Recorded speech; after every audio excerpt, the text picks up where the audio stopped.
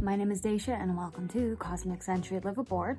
This is my little place on the web where I like to share the things that I have knit and crochet, some stories that I've written, and some inspirations behind them. So today we are in my studio office, which is kind of filled with everything that doesn't match the rest of my home's aesthetic, which is kind of a pastel zoo.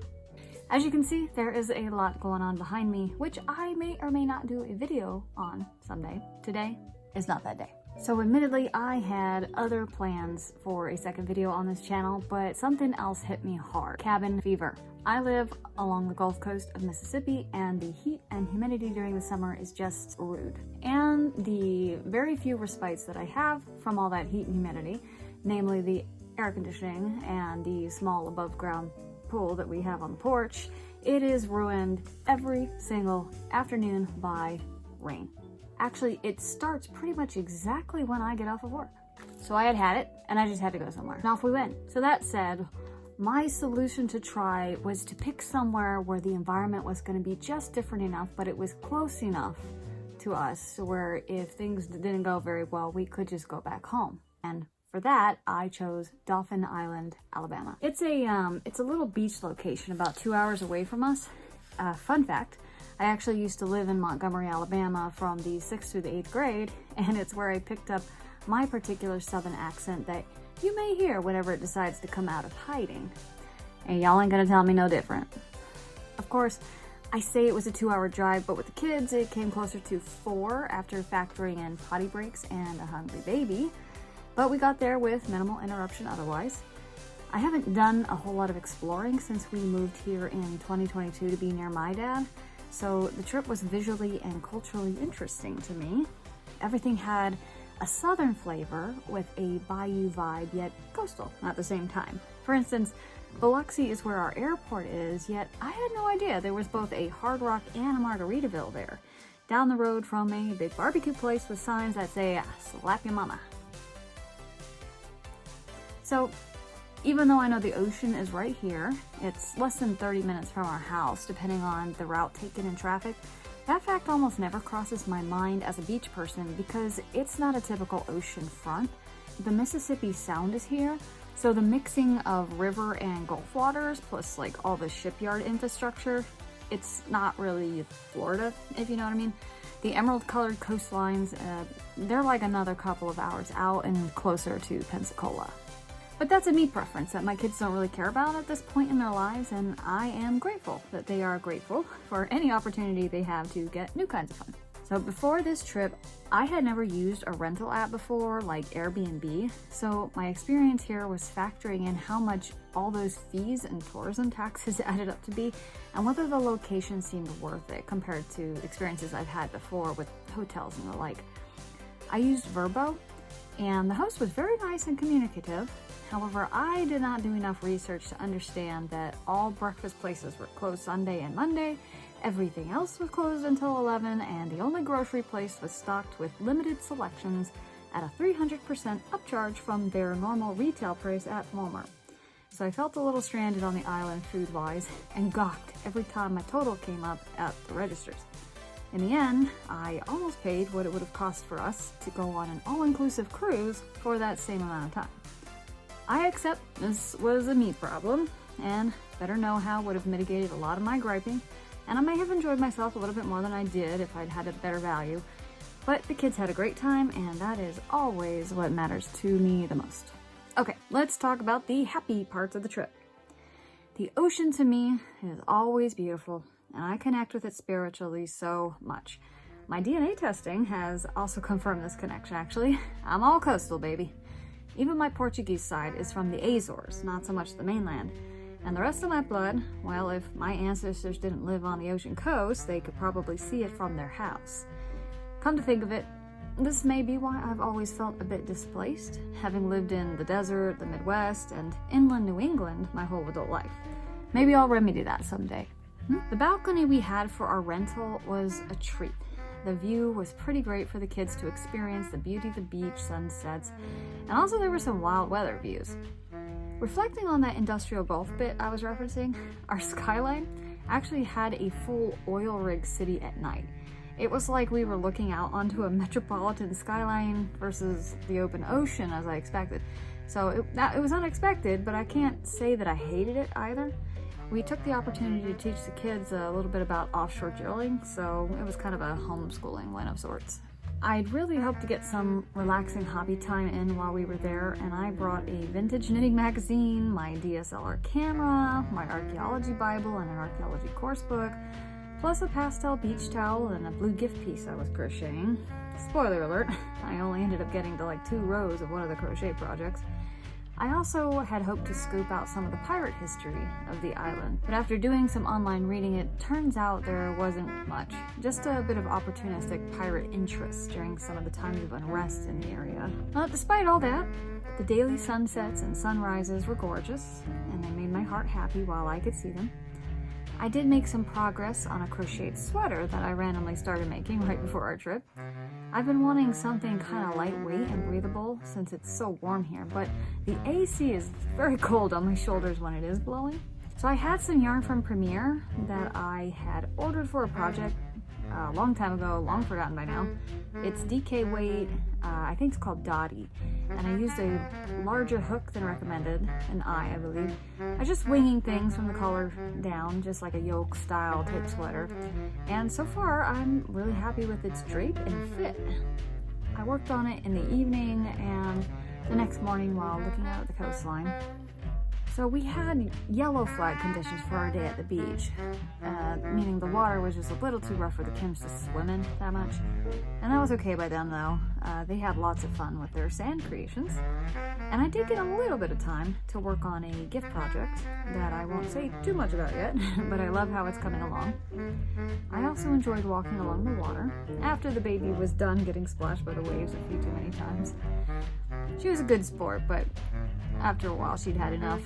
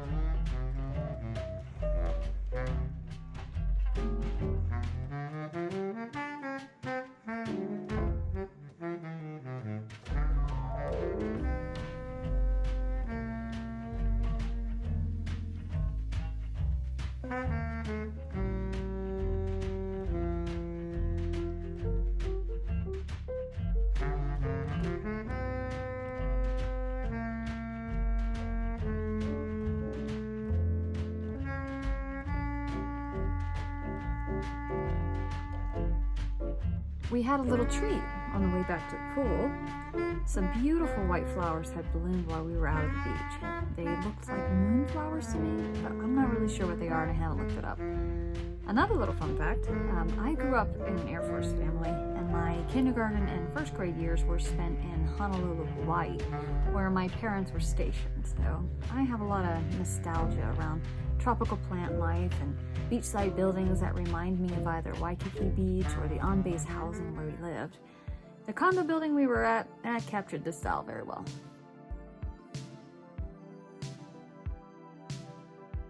The pools at the condo were pretty cool too, if I do say so. At night, the outdoor pool had this great retro vibe to it with its masonry columns and blue lighting. The sky was amazing too, especially with all the clouds setting in and getting ready to rain overnight. The indoor pool was also fun, but I really enjoyed the sauna so much. I don't know why, but I have just never gotten around to trying a sauna, and this was my first experience, and it was great, even though I totally didn't expect it. Therefore, I will be doing that every chance I get from now on. So even though the pirate history was limited on Dauphin Island, they did have this very cool pirate-themed restaurant in a building that used to be a Coast Guard monitoring station. And the sun did come out for us, the water was sparkling, and the food was excellent there too. There was also a public beach point next to that one. It was more like a long boardwalk with water access. It was very, very pretty, but it really wasn't a beach at the end of it like you would have thought. There were people who were fishing down there. It was beautiful overall. I could actually imagine Jack Sparrow being stranded there. The beach vegetation was on point for that. So, since this video is crochet focused, I thought I'd give a mini tutorial on that blue gift project I'm working on. I am repeating 2 rows each of extended single crochet stitches and a shell stitch. That's one of my favorites and I use all the time. Everything is through the back loops only to help with drape and stretchiness. It's about as close to a knitted feel as I can get with a standard crochet stitch. So I'll just show that shell stitch real quick. It is single crochet, half double crochet, double crochet into 1 stitch, back loop only, and then you skip 2 and you repeat the shell again. So in this version, I'm doing the shell stitches with extended stitches, so there's a little chain before you start each stitch. So that'll go for the first shell into the back loop. You're going to do a single extended crochet, then a half double extended crochet, and then a double extended crochet.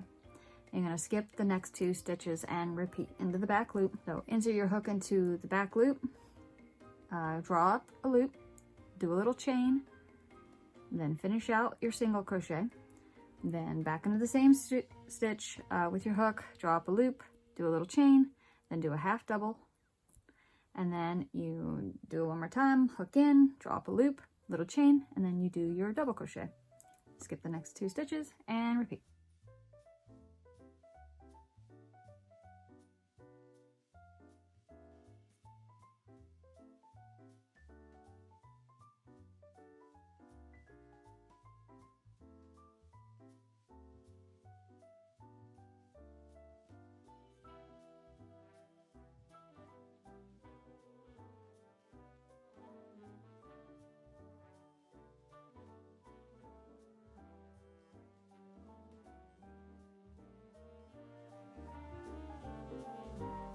And here's one more sunset before I wrap this up.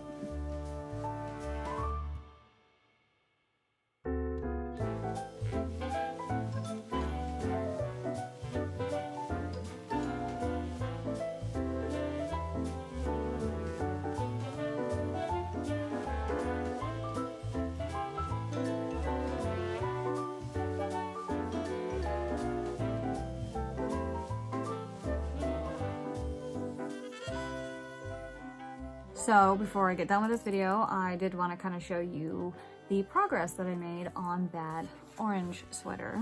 Okay, so here it is. Yeah, see, it has really, you see that drape? I am so happy. I did. So I wanted it to be something that would kind of, kind of a cut off a little bit. It's just nice. And I put ribbing on it here. And I put extra here so that it would actually kind of weight it down and it helps with the drape, I find. And I did it, these are just like post stitches. So the front post stitch and back post. And I had 2 and 2 instead of singles to kind of make it a little bit more dramatic. I mean, I didn't use a pattern for this or anything. I just, I started off with a collar where I did back loop only, half double crochet here. Just, create a collar, connected everything, and then I just, put stitches all around it, and I just like increased it like you would, a coaster or something. You skip one, 2 stitches to the next, skip 1. I just did it like you would, just any other yoke sweater or maybe like a hat or something. You just kind of just slowly increase until I got to about here. And then I connected it. I added like 20 stitches under here and just kept going around the body. Oh, I did a V-stitch. So, which is just like 2 double crochets and a single stitch. Skip 1, 2 double crochets, and I ended up making a bunch of little V's. I don't know if you can see that. It's Pretty simple stitch. Look it up if you're interested, but yeah, I am almost done. I actually got to here last night, and I don't remember if I got tired or distracted by something else I was doing. But I'm excited, and that will probably be in my next video when I'm showing some finished objects. Oh, let me show you the yarn real quick. So it is this one right here. It's called Dottie by Premier. I just ordered a whole bunch of Premier stuff one day. There's a bunch of cute stuff, and I've used about, I don't know, most of what I ordered in that time, but I did not do these because I got this one too. This kind, it's a pink, you know, I got it for my kids. I think I got both of them for my kids. Maybe the pink, maybe this orange one I got for my son, and I got the pinks for my girls, but I don't know, I ended up not using them on anything. I tried doing the pink one, and I ended up, I don't know, I think whatever project I was working on, I was just really not happy with. And so I kind of abandoned the yarn altogether. I did have a huge, like, one thing I don't like about using, so, I'm sorry to be so scatterbrained here, but see, it's a size 3, and there's a lot of yarn in here. I mean, it's a pretty good value, and I mean, it's very soft. Made in Turkey. I find that I like a lot of the yarns that, you know, the acrylic yarns that come out of Turkey. I think Hobie, which is like my favorite, one of my favorites anyway. Right now it's my favorite. I don't know if I'm doing my favorite forever, but it definitely is up there. I order from Hobie all the time, and almost all of their yarn is made in Turkey, and I love it, all of it. But one of the things I don't like when these kind of thinner yarns are such a huge thing is that it's gonna end up getting really tangled the farther you get into your project. You know, it just starts turning into a big, huge mess. And I don't know. I mean, maybe it's a me problem, but I have yet to not have that problem. As you can see back here, I've had my husband hank up a lot of these things. So as you can see back here, see, I've got hanks and stuff, and I guess I could do that. I could hank it up, but this, I feel like it would just be a really huge hank. And then I got the winder over there, and I guess I could turn it into a giant cake. I don't know. I don't know. Anyway, thank you for attending my ramble. Here's that blue one I was working on in the video. I still haven't gotten hardly anything done on this one either. Now, this one is a present I am working on, so I am probably not going to show it again until the present is done and I have shipped it out, because the person who it's for does watch my videos, and I don't want her to see what it is until it goes out to her. So you can see a little bit up close. So I don't know if it was clear in the video, probably not before, but it's an alternating. See, there's 2 rows of that shell stitch I was showing you, and then 2 rows of just a single extended crochet. Everything, like I said, everything is in. Look at the drape. See, this is just like it's a size 3. It is, oh, here it is.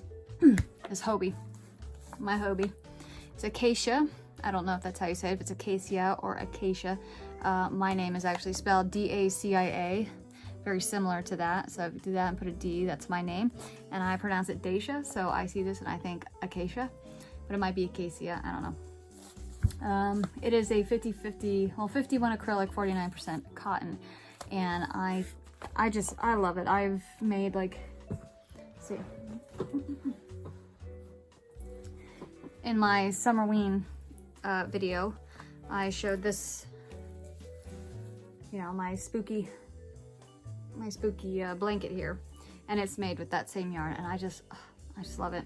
And it's so soft, and I like that it's also partially cotton, so it's not like with acrylic. What I find is when you use it for things that you want to keep warm in, it doesn't like breathe, so you end up, like, when you start getting warm, you get super warm super quick, and it's just like, ugh, I have to get this off, you know. Whereas something like a cotton, that's, you know, more, and other natural fibers, linens and stuff, they breathe those, so you don't, you know, you start to warm up slowly, and then maybe the air conditioner will come save you and you don't have to take it off first. But with acrylic, it's like, I'm warm and you know, so it's like, but with acrylic, I am warm and then I'm hot, like, that's it. So I don't have a huge problem with acrylics. I know some people do, and I definitely understand it. I guess ideally I would like to use natural fibers most of the time, and most of my new purchases have been non-acrylic type things, but I have, like I've said, like I showed, I have a lot of kids, and when they wear things, they make them dirty, and even when I'm wearing things, they also make the things I wear dirty, and things need to be laundered a lot. And I'm also very sensitive to lanolin, and my skin is very sensitive to like scratchy wools and stuff, so I'm kind of limited as far as natural fibers. You know, I'm also on the Gulf Coast, so even if I wasn't sensitive to wools and stuff, I still would have to, you know, I would still probably be pretty limited on the kind of wool that I could use anyway. In the layout of things that I had intended on working on, this is that beach towel thing I had shown. It is, this one is 100% cotton. It's also a Hobie yarn. It's their Fruta yarn, and this one is called, gosh, I don't know. And I don't really know, I don't know what this one's called. It's not on the label. I think they mostly, they do their colors, they do them as numbers, and then the actual name of the color is pretty much only on the website. So I will pop that right there in case you were wondering, but I do love this color. It is 100% Pima cotton. So I've never been too happy with like baby bath towels and the washcloths, like the ones that you normally find in the baby aisle. I'm sure specialty ones are much better, but I have not really tried those a whole lot. So I wanted to make a baby towel that would just work better and would collect less hair. Like, if you know what I mean, a lot of baby towels, they have like the little hoods on them, and they're made of like a microfiber kind of towel. Those have just, I don't know, I've just never liked them, but I don't think I've ever gotten a different kind of towel for my kids. I was like, I have 6. I have 5 little ones at home. I have 6. My oldest, you know, that was, gosh, she's in her 20s now, so they didn't have a lot of variety back then. And I guess I just, whatever I used with her, for the most part, I used for all the kids. And it's just kind of one of those weird things. You just kind of get stuck on what you're doing. So anyway, I wanted to finally try to make a towel for the baby, and out of 100% cotton, and we'll see how it works. I had made a couple of washcloths using this kind of yarn, not this exact one, and I was pretty happy with it, so I thought I would do a beach towel, and hopefully this will be in my finished objects video too. But I just love the colors because I really like that vaporwave, kind of pastel, vintage, retro. And I thought this was very nice. It kind of checked all the boxes because it both had that like pastel aesthetic that I love, had that sunset aesthetic, but it also kind of had like a retro vibe to it because, you know, the purples and the yellows and stuff. Okay, and that is it for this video. I am so grateful that you have made it to the end. If you enjoyed this and you're looking forward to more content, if you give it a like, I would appreciate that so much. And if you're interested in seeing what else I create and show and tell and that sort of thing, go ahead and subscribe to, the very least, to give you a good bookmark. And thanks again for watching. I will see you in the next one. Bye.